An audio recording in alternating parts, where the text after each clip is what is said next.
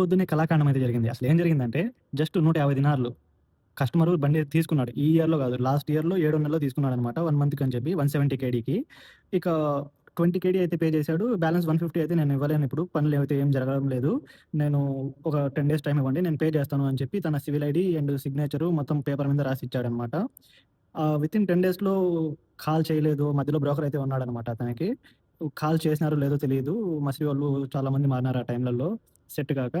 అలాగే ఇంకా మర్చిపోయి ఈరోజు ముసలోడొచ్చి కంప్లెయింట్ చేస్తాను గదియా అని చెప్పే నేను చెప్పాను మసిరి అతనికి. ఫస్ట్ అతనికి ఆ పేపర్‌లు ఫోటోస్ పెట్టి వార్నింగు ఇట్లా మీరు అమౌంట్ పే చేయట్లేదని చెప్పి కంప్లెయింట్ ఇస్తాము అని చెప్పి చెప్తున్నారు. మీరు పే చేస్తారా లేదా అని చెప్పి ఫస్ట్ చెప్పు డైరెక్ట్‌గా ఎందుకు కంప్లెయింట్ ఇవ్వడము అని చెప్పైతే నేను చెప్పాననమాట.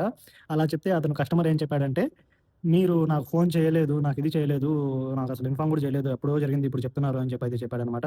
ఇక లాస్ట్‌కొచ్చి సరేలే ఈ మంత్‌లో నేను మొత్తం ఇచ్చేస్తాను 150 కేడీ. కంప్లెయింట్ వగైరాలు ఏం చేయొద్దండి మీరు అని చెప్పి చెప్పాడు.